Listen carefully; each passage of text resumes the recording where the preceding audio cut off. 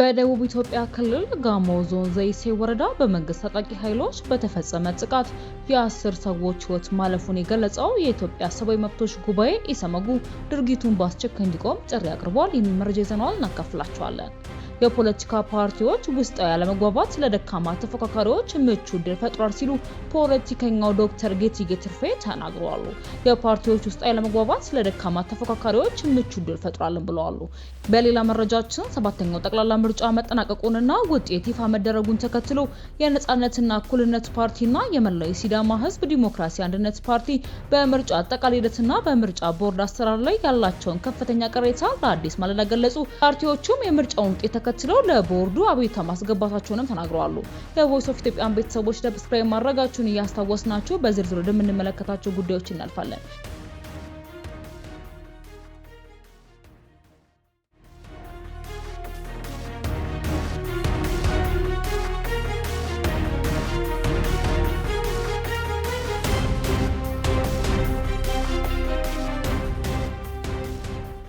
በዘይሴ ወረዳ በመንግስት የጸጥታ ኃይሎች በተፈጸመ ጥቃት 10 ሰዎች መሞታቸውን ኢሰመጉ ገለጸ።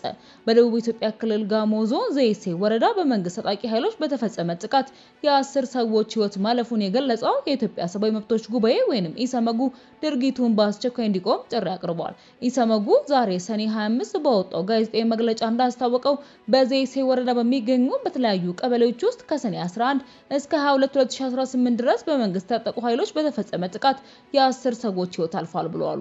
በተጨማሪም በ3 ግለሰቦች ላይ አካል ጉዳትና ጾታዊ ጥቃት፣ የንብረት ዘረፋና ውድመት እንዲሁም የጅምላ እስር መፈጸሙንም ድርጅቱ ከአካባቢው ካሰባሰበው መረጃ ለማረጋገጥ መቻሉን ገልጿል። ከአካባቢው በተነሱና ምላሽ ባላገኙ የማህበረሰብ ጥያቄዎች ሳቢያ እየተባባሰ በመጣው በዚህ ጥቃት ምክንያት በርካታ ነዋሪዎች ሕይወታቸውን ለማዳን ሲሉ መኖሪያ ቤታቸውን ለቀው ለመሰደድ መገደዳቸውንም መግለጫው ያስረዳል።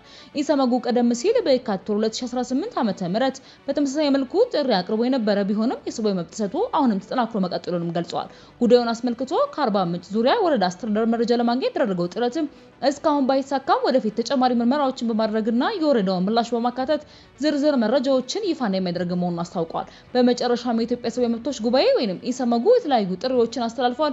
የደቡብ ኢትዮጵያ ክልልና የጋሞ ዞን የጸጥታ አካላት የንጹሃንን ደህንነት የመጠበቅና የሰብአዊ መብቶች የማክበር ኃላፊነታቸውን እንዲወጡ፣ የጸጥታ አካላት በወንጀል የሚፈልጓቸውን ግለሰቦች በቁጥጥር ስር አውለው ፍትህ የማግኘት መብታቸውን እንዲያከብሩ፣ በክልሉ የሚነሱ ጥያቄዎች ሕግን በተከተለና ማህበረሰብን ባሳተፈ ሰላማዊ መንገድ እንዲፈቱ፣ በዘይሴ ማህበር ላይ የተፈጸመ ያለው የሰብአዊ መብት ጥሰት በአስቸኳይ እንዲቆም ተገቢው ትኩረት ተሰጥቶት በአካባቢ በደረሱ ጥሰቶች ላይ አፋጣኝ ማጣራት ተደርጎ ጥፋተኞች ለሕግ እንዲቀርቡም አበክረው ጠይቀዋል። የፓርቲዎች ውስጥ ያለመግባባት ለደካማ ተፎካካሪዎች ምቹ ዕድል ፈጥሯል ሲሉ ዶክተር ጌትዬ ትርፌ ተናግረዋል።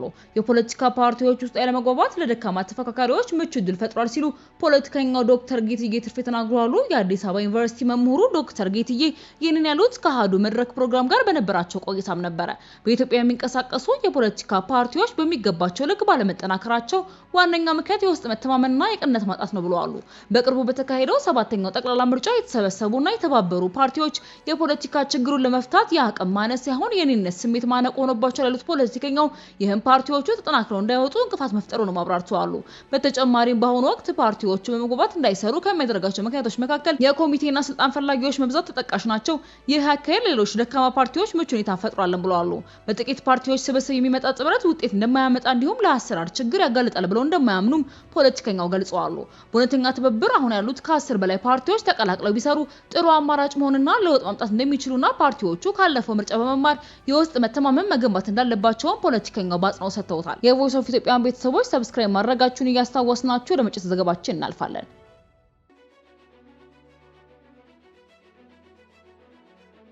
ሰባተኛው ጠቅላላ ምርጫ መጠናቀቁንና ውጤት ይፋ መደረጉን ተከትሎ ነፓና መላው የሲዳማ ሕዝብ ዲሞክራሲ አንድነት ፓርቲ መሲዴፓ በምርጫ አጠቃላይ ሂደትና በምርጫ ቦርድ አሰራር ላይ ያላቸውን ቅሬታ ለአዲስ ማለዳ ገለጹ።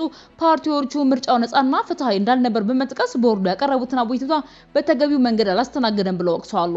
የነጻነትና እኩልነት ፓርቲ የስራ አስፈጻሚ ኮሚቴ አባልና የምርጫ አስተባባሪ ሲሳይ ነጋሽ ለአዲስ ማለዳ እንደተናገሩት ምርጫው እንደሚወራው ነጻ ፍትሃዊና ዲሞክራሲያዊ አልነበረም። ገዢው ፓርቲ የሚፈልገውን ቦታ ለሚፈልገው ፓርቲ አሳልፎ ስለሰጠ ፓርቲያችን ሊያገኝ የሚገባው ትክክለኛ ውጤት አላገኘም ብለዋል።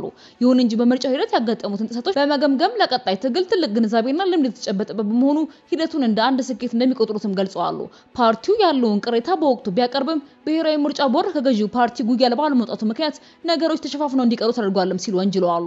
በምርጫ ወቅት ከሌሎች ፓርቲዎች ጋራ በጥምረት ለመስራት የተደረገው ጥረት ባይሳካም በቀጣይ ፓርቲው ባዘጋጀው ፕሮግራም መሰረት ውይይት በማድረግ አብሮ ለመስራት ጥሪ ማቅረባቸውን ጠቁመው ነገር ግን አብሮ መስራት እንደሚወራው ቀላል እንዳልሆነ አክለዋል። ፓርቲው በአጠቃላይ 35 ወንበሮችን ማሸነፉን ተከትሎ በቀጣይ ከተመሰረተው መንግስት ጋር ስለሚኖረው የጥሩ ግንኙነትም ሲያብራራ በብሔራዊ ጥቅም ላይ እንደራደርም ገዢው ፓርቲ የፖለቲካ ምህዳሩ እንዲያሰፋ እንታገላለን ያሉ ችግሮች ተቀርፈው ሁሉም የፖለቲካ ፓርቲዎች እኩል መንቀሳቀስ የሚችሉበት ሜዳ እንዲፈጠር እንሰራለን እንጂ ከመንግስት ጋር አናጨበጭብም ብለዋል። ሌላኛው ለአዲስ ማለዳ የድህረ ምርጫ አስተያየቶችን የሰጡት የመላው ሲዳማ ህዝብ ዲሞክራሲ አንድነት ፓርቲ ሊቀመንበር ተስፋ ማርያም ጉጀ በበኩላቸው ፓርቲያቸው በምርጫ ወቅት የተፈጸሙ ጥሰቶችን አስመልክቶ በ11 የምርጫ ጣቢያዎች ላይ ቅሬታ ቢያቀርብም ምላሽ ያገኘው በሁለት ጣቢያዎች ላይ ብቻ መሆኑን ተናግሯል። ፓርቲው ለመጀመሪያ ጊዜ በምርጫው መሳተፉን የገለጹት ሊቀመንበሩ ያገኙት አንድ ወንበር የሲዳማ ህዝብ ለፓርቲው የሰጠው እውነተኛ ድምጽና ፍላጎት እንደማያንጸባርቅም ገልጸዋል። አክለው ምርጫው ተሳታፊ ለማለት የሚጎሉት በርካታ ነገሮች እንዳሉ ጠቁመው ታማኒ ነበር ብሎ ማሰብ ግን በፍጹም የማይታሰብ ነው ሲሉ ሂደቱን ነቅፈዋል። የቮይስ ኦፍ ኢትዮጵያ ቤተሰቦች ዳግም ሰብስክራይብ ማድረጋችሁን እያስታወስናችሁ በሌላ ደስቲና መረጃዎች ዳግም እስክንገናኝ ድረስ በደህና ቆዩ።